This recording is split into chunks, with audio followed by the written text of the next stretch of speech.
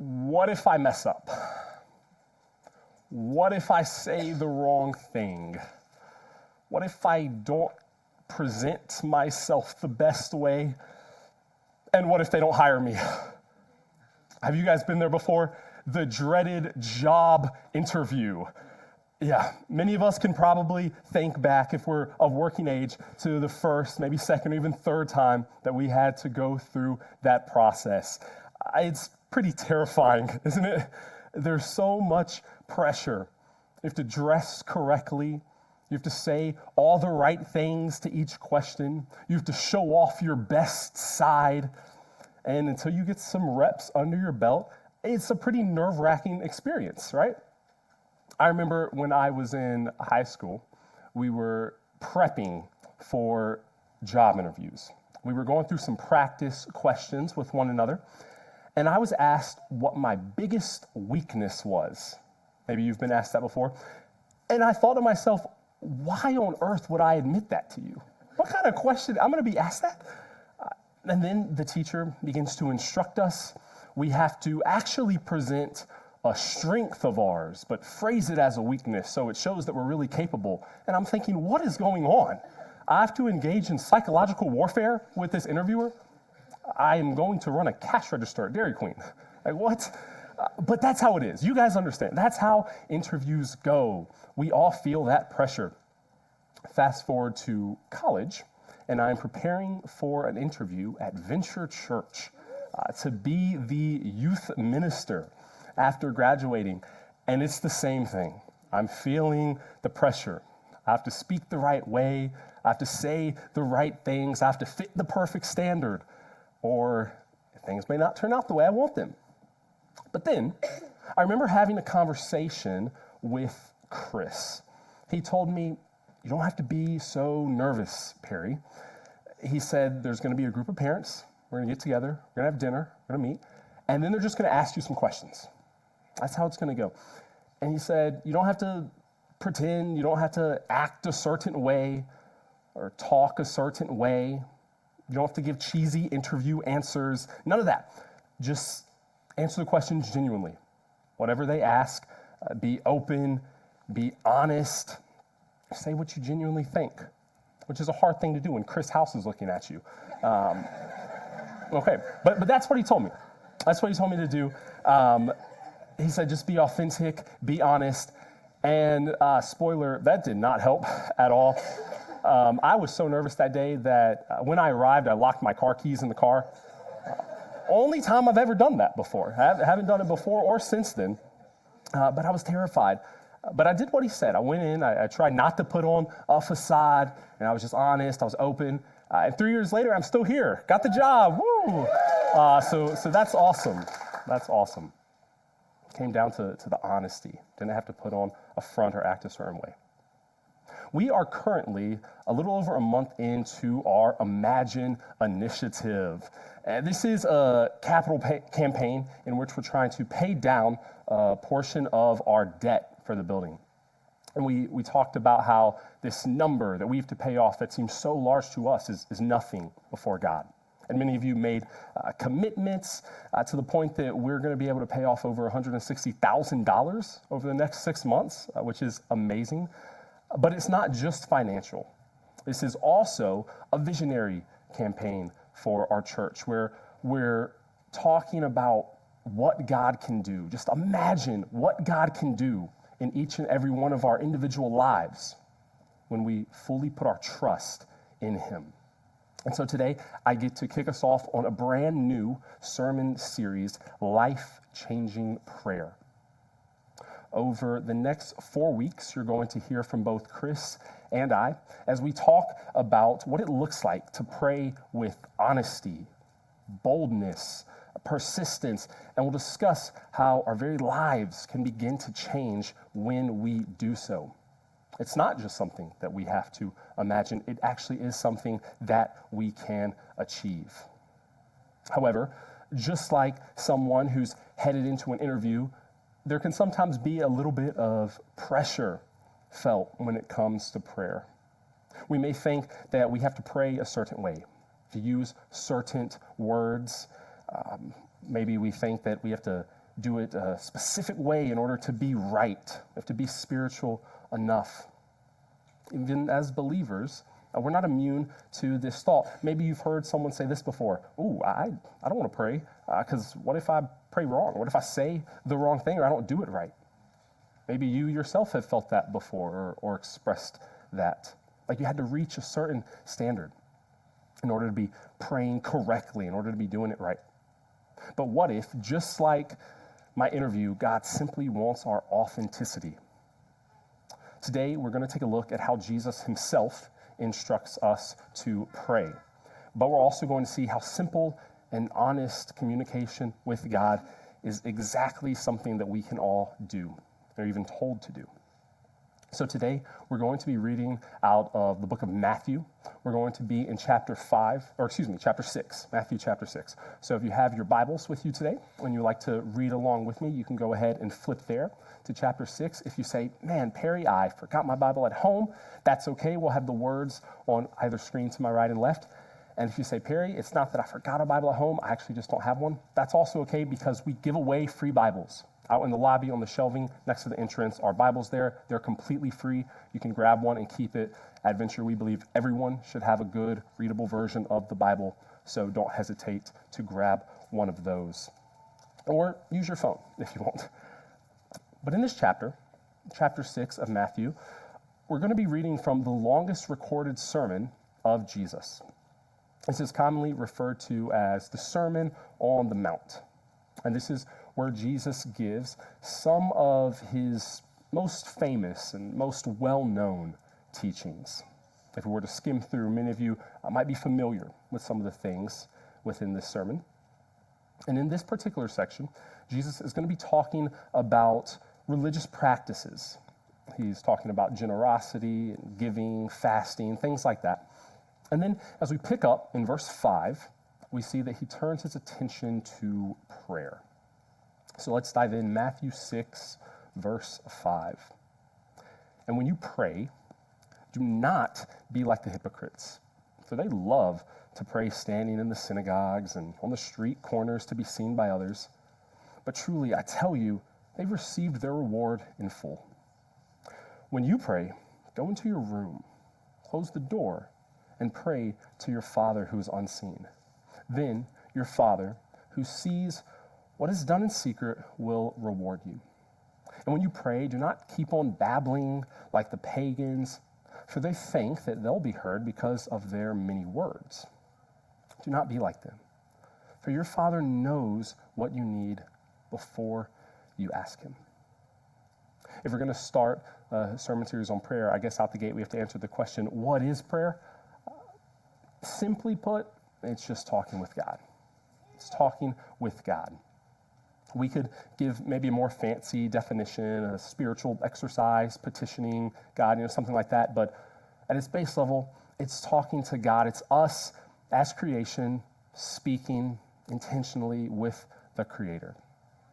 Jesus tells us a couple things here about it. He says it's not for show, that he's actually condemning certain religious leaders who are trying to put on an act, an air about their prayers. He says that's not what it is. He also talks about some people who would ritualistically repeat the same things a certain way, try to follow a formula to get what they wanted. He says it's not that either. It's us just getting in a quiet place, one-on-one, and talking with God, being intentional about it. But again, sometimes we can get nervous. What do we do, or how do we do it? What do we say? Well, Jesus is going to tell us. Picking up in verse 9, this then is how you should pray. Our Father in heaven, hallowed be your name. Your kingdom come, your will be done on earth as it is in heaven. Give us today our daily bread, and forgive us our debts as we also have forgiven our debtors. And lead us not into temptation, but deliver us from the evil one. Some of you may have had that memorized. We call this the Lord's Prayer. It's very well known. I want to take just a few minutes to break this down some and see what's going on here. Jesus starts off the prayer by addressing God, our Father in heaven. we see that this is actually one of Jesus' favorite descriptions of God when he's talking, Father. He's portraying him as the source of life and the provider for all of his children. A father, a figure who loves us, who loves his children, even while dwelling in heaven. Our Father in heaven. This address is reminding us of who we get to pray to. The creator of the universe, the transcendent being, all-powerful over everything, and yet we get to intimately know him. We get to draw near to him. If you've ever been in the vicinity of a celebrity or someone very famous, someone of very high status, you know you don't get to approach people like that. They're surrounded by bodyguards, and if you breathe the wrong way, you get tackled. But that's not the case with God. As majestic and powerful as he is, ruling in the heavens above, he's still called a father, and he's still someone that we can go to. Jesus says, "Hallowed be your name." Now, I know for a fact that no one in this room has ever used that word before in conversation, outside of talking about this verse, unless you're Brian Boitnott. But basically, this is saying, may your name be recognized as holy, or may your name be honored as holy. That's what this is saying. Holy means set apart. And it's this unique status that God, as the creator of everything, has. He's holy. He's set apart from everything else. And Jesus is wanting the people of earth to recognize that, to see that. God is holy. He goes on to ask that God's kingdom would come and his will would be done here on earth, just like in heaven. God's kingdom is one where his will is always done. And Jesus is instructing us to pray for that here on earth, for God's name and God's holiness to be recognized and spread throughout our world, for his will, for his desires to be what we model ours after. Jesus says, pray for that. Pray that people are seeing him, glorifying him, and aligning their will, their actions with that of the Father's. Jesus continues by praying, give us today our daily bread. This is a request for God to meet our needs, rather than us relying on our own power, but rather going to God and trusting in his provision. As Jesus mentions bread here, he's alluding to a story from the Israelites' past. Many of his listeners would have made this connection. But it was to the time where the Israelites were freed from slavery. As they left Egypt, God miraculously provided bread for them from heaven, but it was only enough for one day. The invitation here is to trust in God, that he will provide exactly what we need when we need it, enough that we need. And when we begin to pray like this, it actually cultivates a mindset of gratitude, of recognizing God as our provider.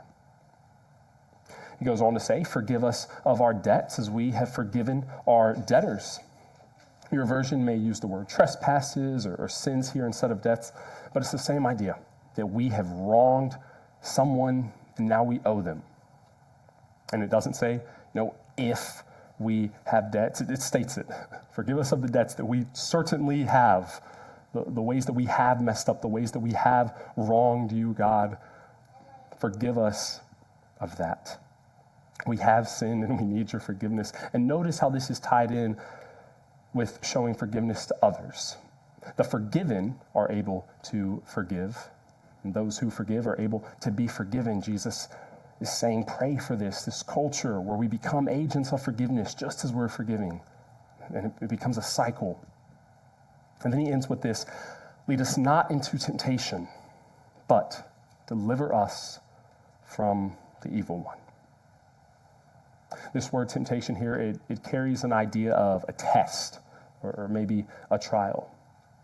In the Bible, when we see God's tests, they're actually positive things. It's God testing someone to reveal their character and to invite them into trusting him. But as we all know, tests are hard. They're difficult. The choice to do the right thing is often a costly one. It's often difficult. And there's often a voice inside that's saying, no, don't do that. Take the easy way out, or do this other thing. It might be outside of God's will, but let's go down that route. This is sort of what Jesus is referring to as he talks about the evil one. Let's test this temptation. And so he says, when you're in the middle of that, and you're being tempted, ask for deliverance. Pray to God for help with that. And that is how Jesus instructs us to pray, the Lord's Prayer. Do we have to pray this exact prayer every time? No. We don't have to pray this word for word, but we can break it down, and we can look at what Jesus is asking for. We can see the principles behind it, and we can replicate those parts when we are talking to the Father ourselves. The entire first half of this prayer is all about asking God to act in our world, to renew creation, your name, your will, your kingdom. That's the focus. It's all about restoring earth to how it should be, centered on him. So we can pray for this. We can pray for our world. We can pray for the injustice that we see. When there's evil and there's wrongdoing around you that makes you mad and you're frustrated, you can pray about that. Jesus invites us to pray that God would be moving, that his holiness would be renewing the fallen state of creation, the world that we're in. We're told to pray that his goodness and holiness is recognized, that his name is spreading. But if we're honest, that part's a little bit difficult sometimes. Like, it's a lot easier to pray for more self-centered things, right? But we're told, pray about God's will and his kingdom, furthering his mission. And so I do want to ask a reflective question. When was the last time that you prayed for God's will to be done? Rather than just praying for your own circumstances, when was the last time that you were praying for his kingdom, for his will, for his holiness? Just a question to ponder. That being said, it's not bad to pray for your own circumstances, to have personal requests. In fact, that's what we see. The entire second half of this prayer is about that. He says, give us our bread, forgive us, deliver us. These are valid requests to make to God. Sometimes we may think that we can't ask for certain things. We hear it taught, God's not a genie. He's not going to answer, he's not going to fulfill all your wishes. And yes, that's certainly true. But as we establish, he's still a loving, caring Father, and we can still go to him with our requests. If your child asks you for a brand new car when they turn 16, you may not give it to them because you probably recognize that's not the wisest choice. But that doesn't mean you get upset at them or mad. We can make our requests known to God. We can and should ask for provision, deliverance in times of need. And so maybe if you're someone who said, Perry, I don't pray too much because I don't exactly know what to say or what to pray for, let this prayer be your model. Pray for the things that Jesus prayed for, but as they pertain to you. Pray for God's kingdom to come here on earth, specifically in your workplace. Pray for forgiveness and to forgive others, specifically in your life, because Alex really bothers you and you can't stand him right now. Ask for God's help with that. There's not a set box that you have to sit in with prayer. God's not going to say, nope, that's not allowed. That's off limits to ask me about.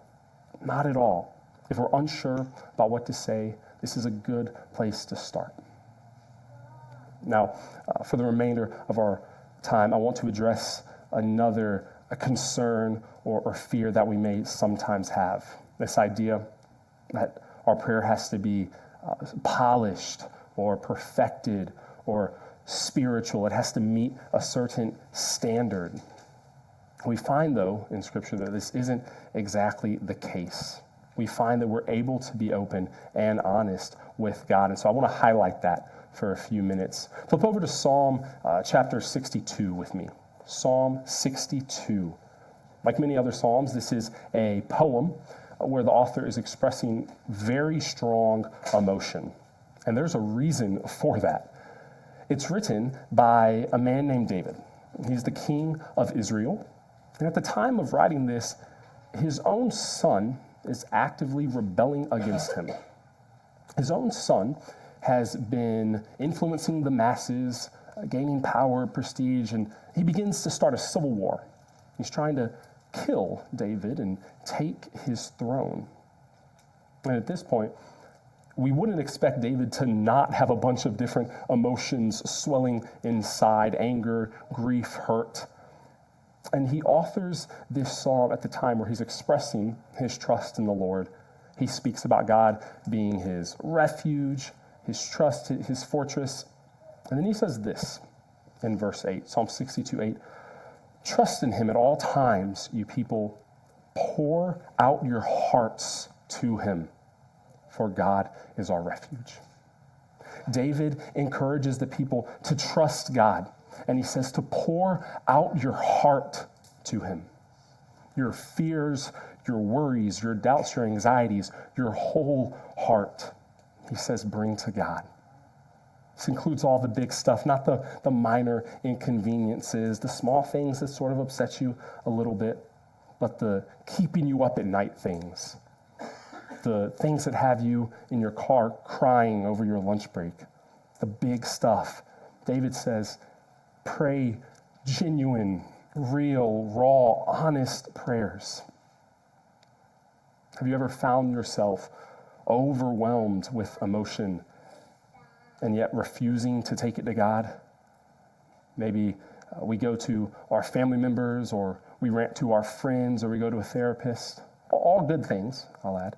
Or we bottle it up. We do all these other things, but we don't take these feelings to God because perhaps we're scared. We don't know if that's something that we can bring to him. Never have before, whatever the case. But here's the reality. God can handle your honesty. God can handle your honesty. When you pray, God can handle your whole heart. If there's ever a spot to be in where it's just completely overwhelming, David is there, his own son looking to kill him. And yet he says, I'm going to take it all, everything that I'm feeling, everything I'm experiencing right now, and I'm just going to pour it out to you, God. I'm just going to give it to you. He tells us to do the same because God is one we can trust. This includes our anger, maybe anger towards others when they really, really hurt us. This includes our confusion when the beautiful plans that we had all put together just fall apart and we're lost.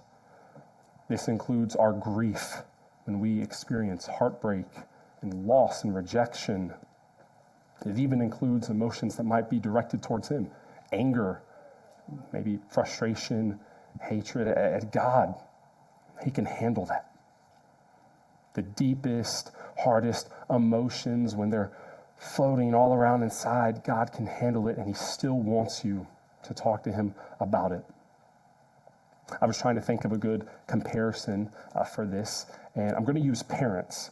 Now, I'm going out on a limb here because I don't have children yet, but I've heard this sentiment from a lot of mothers and fathers before, and it's that they want their children to be truly open and honest with them, to tell them everything because they love them.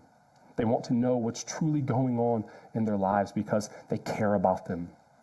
When the child gets in the car after school, the parent says, how was your day? Whether it was absolutely amazing or absolutely horrible, tell me about it because it matters, because you matter to me.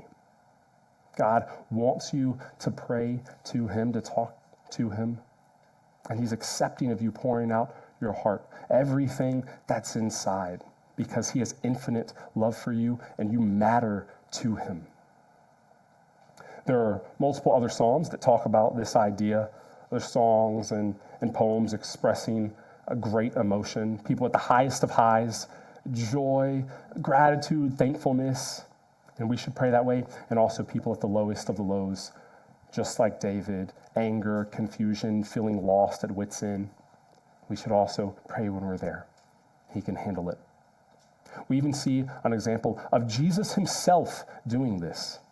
Shortly before he was betrayed by one of his closest friends and handed over to be tortured and executed, he prayed. He was just open about what he was feeling. We read this in Matthew 26.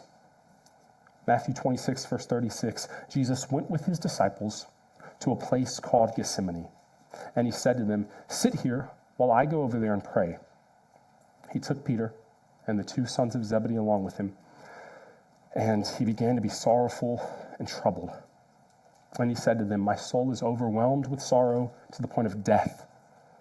Stay here and keep watch with me." Going a little further, he fell with his face to the ground and prayed, "My Father, if it is possible, may this cup be taken from me.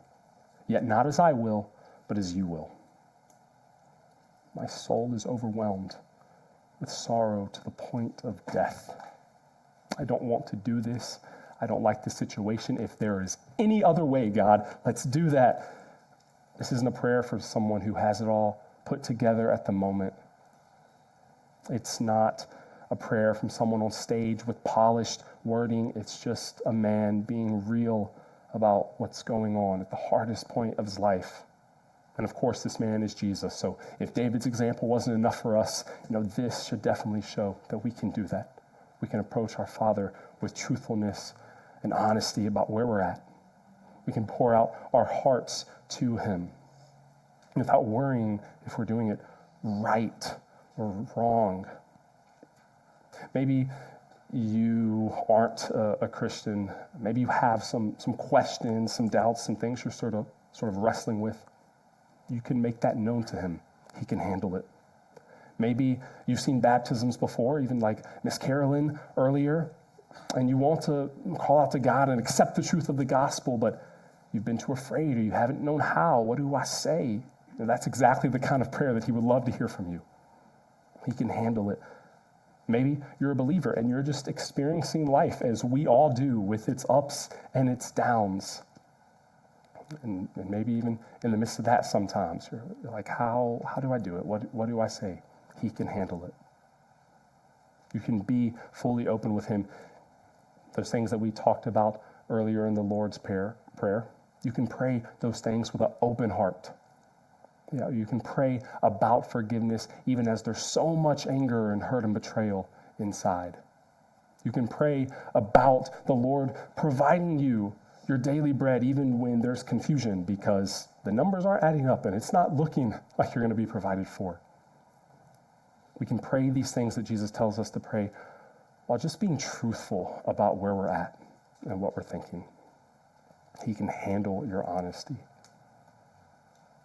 About 10 years ago, a video came out of an actor, Shia LaBeouf, giving a motivational speech. Some of my adults in here might be familiar. He stands in this position, and he stares at the camera, and he says, "Just do it. Just do it." And it was great. It was a wonderful video. Clearly, I don't have the same air as him. But his whole point was, don't let your dreams just be dreams. The things that you want to do, you just have to decide to go for it. You just have to put your pedal to the metal. And that's what we have to decide to do as well. It reminds me of one of our values. We have them hanging out on the wall out there. Maybe you've seen them before. And one of them is that we value owning your own growth. Owning your own growth. And this is the idea that it takes your own conscious, dedicated effort to grow in your walk with Christ. Your pastors and your friends and your loved ones cannot do that for you. They can come alongside and help and teach and encourage, but ultimately it comes down to you deciding. You choose to engage in spiritual disciplines. You choose to join Christian community. You choose to shine light or not. That's what this value means. And I think one of the most prime examples can be through this spiritual discipline of prayer, and if we choose to do it or not. At the end of service each week, we give some response time, and we encourage you guys to pray, and it might be a little easier in those moments. If you're a part of a small group and you're with other Christians and everyone's praying in the room, it might be a little easier in those moments. But when you go home and you're tired and you're worn out and you're exhausted, and you don't feel like it, It's in those moments where you have to choose. I'm just going to do it. I'm just going to talk to God. I'm just going to be honest about everything. I'm not going to worry about specifically how I'm saying it or what it looks like or if I'm just crying tears. I'm just going to commit to it because talking to my Creator is important and I need it. And so that leads me to this week's challenge. Every week at Venture, we like to end with a challenge. And this is something that we can go home and practically do, something that we can do throughout the week. And this time, I decided to name the challenge because I thought that would make it a little fun. But this is the challenge that I have for us this week. It's the Pour Out Your Heart Challenge. The Pour Out Your Heart Challenge. And here's how it works. The challenge is to take a few minutes each day to be completely honest with God. Talk to Him about the things that are going on in your life and how it's making you feel.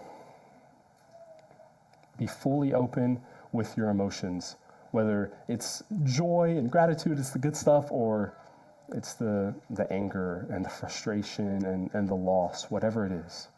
Don't concern yourself with sounding spiritual or sounding right or looking correct, but just taking what you have, where you're at, and pouring it out to Him. There's no time requirement. You don't have to hit the 5 or 10 minute mark, but I will say that if you pause and you sit down and you do this intentionally, you might be surprised at just how long you'll go once you actually are being open and talking with God. But here's the thing, either way, He can handle it. When you go to get a new job, you have to put your best foot forward. We know this. You can't show up late, give bad answers, argue with the interviewer, and still expect to get hired. That's not how it works. There's a standard you have to meet. But the great thing is that when it comes to talking with our Creator, you don't have to hit a certain standard. We can just be open and honest with Him, with what we're going through, where we're at, and we can be certain that He hears us. Trust in Him at all times, you people. Pour out your hearts to Him, for God is our refuge. Let's pray.